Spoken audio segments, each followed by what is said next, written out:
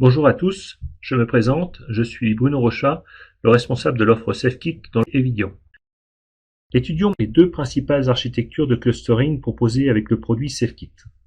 Commençons par le cluster ferme. Les trois serveurs du cluster ferme sont up. L'application, typiquement Apache ou IIS, est active sur chacun des serveurs. Les utilisateurs sont connectés sur l'adresse IP virtuelle du cluster. Le load balancing des connexions utilisateurs sur l'adresse IP virtuelle est réalisé entre les trois serveurs. Le serveur 1 tombe en panne, SafeKit détecte la panne et reconfigure le load balancing des connexions utilisateurs sur les deux serveurs restants. Le serveur 1 est redémarré, SafeKit redémarre le module ferme sur le serveur 1 et le load balancing sur l'adresse IP virtuelle a lieu à nouveau entre les trois serveurs. Maintenant, considérons le cas d'une panne dans un cluster miroir. Le module miroir est dans l'état prime seconde. L'application, typiquement Microsoft SQL Server ou Oracle ou MySQL, s'exécute sur le serveur prime. L'application est prête à être démarrée sur le serveur seconde en cas de panne. Les répertoires de fichiers définis répliqués sont mirrorés en temps réel de la machine prime vers la machine seconde. Les utilisateurs sont connectés à l'adresse IP virtuelle du module.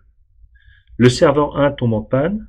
L'adresse IP virtuelle du cluster est basculée du serveur 1 vers le serveur 2. L'application est redémarrée sur le serveur 2. Il n'y a plus de réplication du serveur 2 vers le serveur 1, donc les répertoires de fichiers répliqués divergent. Le serveur 1 est redémarré. SafeKit redémarre le module miroir. Le module réintègre les répertoires de fichiers modifiés pendant la panne. La réintégration a lieu sans arrêter l'application qui tourne sur le serveur 2. Suite à la réintégration, le module miroir est de nouveau en haute disponibilité. L'application tourne sur le serveur 2 avec le serveur 1 comme serveur de reprise. L'administrateur peut inverser les rôles de primaire et secondaire avec un bouton dans la console d'administration.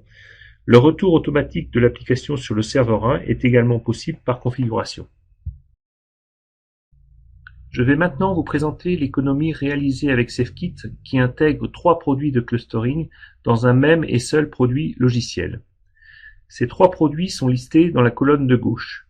Il y a d'abord les boîtiers de load balancing réseau.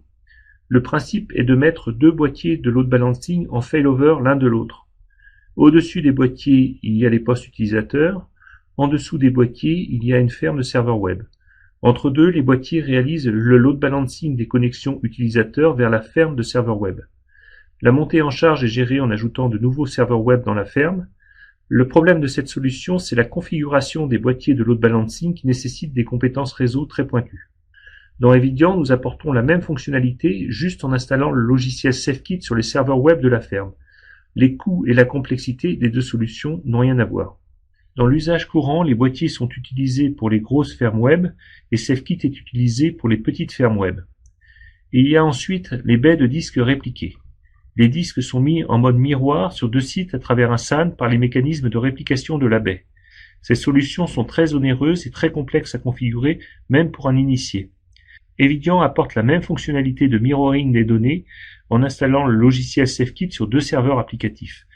La réplication SafeKit est temps réel et synchrone comme pour les baies, elle ne réplique que les données modifiées par l'application. La solution est très simple à configurer, il suffit de donner les noms des répertoires de fichiers à répliquer. Dans l'usage courant, les baies de disques mirrorées sont utilisées pour répliquer des gros volumes de données. SafeKit est utilisé pour mirrorer des volumes de données moyens de quelques téras. Les coûts et la complexité entre les deux solutions sont incomparables. Enfin, pour assurer le failover applicatif dans le monde des clusters matériels, il faut encore ajouter les prix des éditions entreprises des OS et des bases de données. SafeKit apporte le failover applicatif sur les éditions standards des OS et des bases de données et réduit à nouveau le coût de la solution. Nous avons une démonstration sur notre site web d'un cluster SafeKit sur deux machines Windows avec la version gratuite Microsoft SQL Server Express. Ici sont listés les trois meilleurs cas d'utilisation de SafeKit chez nos clients. Le premier cas est très original car il est complètement lié à la propriété purement logicielle du produit. Il s'agit d'un éditeur logiciel qui ajoute une option de haute disponibilité logicielle à son catalogue. Pour cela, il utilise le produit SafeKit en OEM. Il déploie ensuite une fois sa solution chez ses propres clients sans difficulté. Le second cas est une entreprise qui cherche une solution de haute disponibilité simple à déployer sur Windows et Unix. Le souhait le plus souvent exprimé est d'éviter le besoin de compétences informatiques ultra pointues pour déployer et gérer les clusters. Les clients SafeKit déploient sans difficulté des dizaines de clusters Windows et Unix. Le troisième cas est le data center. Aujourd'hui, un data center est souvent composé de 2 salles machines écartées géographiquement. Le besoin dans un data center est de marier à la fois la haute disponibilité des applications et la résistance au sinistre d'une salle complète. Le gros intérêt de SafeKit dans un data center est lié au fait qu'il n'y a pas de différence de configuration suivant que les 2 serveurs soient dans la même salle machine ou dans 2 salles machines éloignées. Notamment en situation d'isolation réseau des 2 sites, puis de retour à la normale, la réplication SafeKit sait se restabiliser sans risque de corruption des données. SafeKit ne requiert pas une 3e machine pour le quorum, comme l'exigent les solutions de clustering matériel avec un SAN miroir répliqué. Ainsi, une personne qui déploie SafeKit sans compétences spécifiques peut le faire dans n'importe quelle configuration, locale ou distante. Regardons maintenant le processus d'intégration d'une application critique dans SafeKit. Bien entendu, il ne faut pas modifier l'application pour réaliser cette intégration. Le processus est constitué de 3 étapes. Une étape de design, où l'on doit choisir un module ferme ou un module miroir pour son application. Une étape d'intégration, où l'on doit écrire les scripts de reprise. Une étape de déploiement, où l'on doit mettre en œuvre le cluster. Dans l'étape de design, SafeKit propose 2 architectures logicielles de base, le module ferme et le module miroir. Le module ferme est adapté aux applications de type web service qui ont besoin de supporter la montée en charge.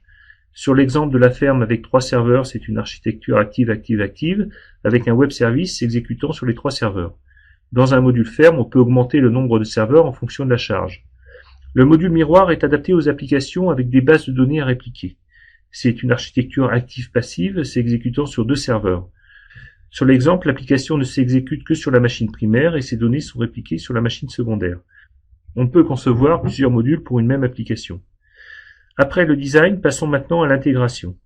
Le travail d'intégration consiste à écrire 3 fichiers par module applicatif, le fichier user-config et 2 scripts start et stop. Dans le fichier user-config, on va mettre la configuration de toutes les ressources nécessaires à la définition du cluster, c'est-à-dire les adresses IP physiques des serveurs, l'adresse IP virtuelle qui basculera automatiquement, les critères de load balancing pour une ferme, les répertoires de fichiers à répliquer pour un miroir, et la configuration des checkers qui vont surveiller les pannes matérielles et logicielles. Dans les scripts start et stop, on va mettre le démarrage et l'arrêt de l'application. Dans la phase d'intégration, des tests de bon fonctionnement avec des bascules d'une machine à l'autre sont à réaliser pour corriger les 3 fichiers si nécessaire. On notera que SafeKit fonctionne dans des machines virtuelles, ce qui simplifie grandement le travail d'intégration et de test. À la fin de l'intégration, on ferme la boîte bleue en packageant un module applicatif SafeKit et on passe à l'étape de déploiement.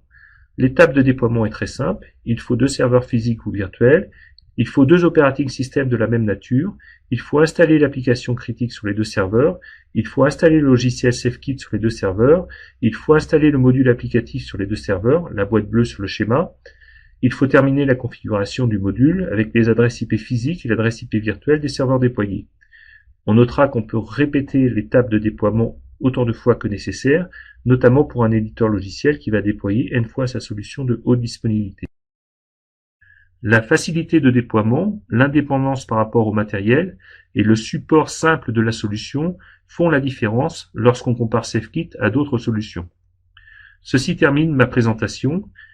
N'hésitez pas à nous contacter de manière à ce que l'on puisse vous aider soit dans le design, soit dans l'utilisation du produit. J'ai été ravi de vous faire cette présentation et je vous souhaite une très bonne journée.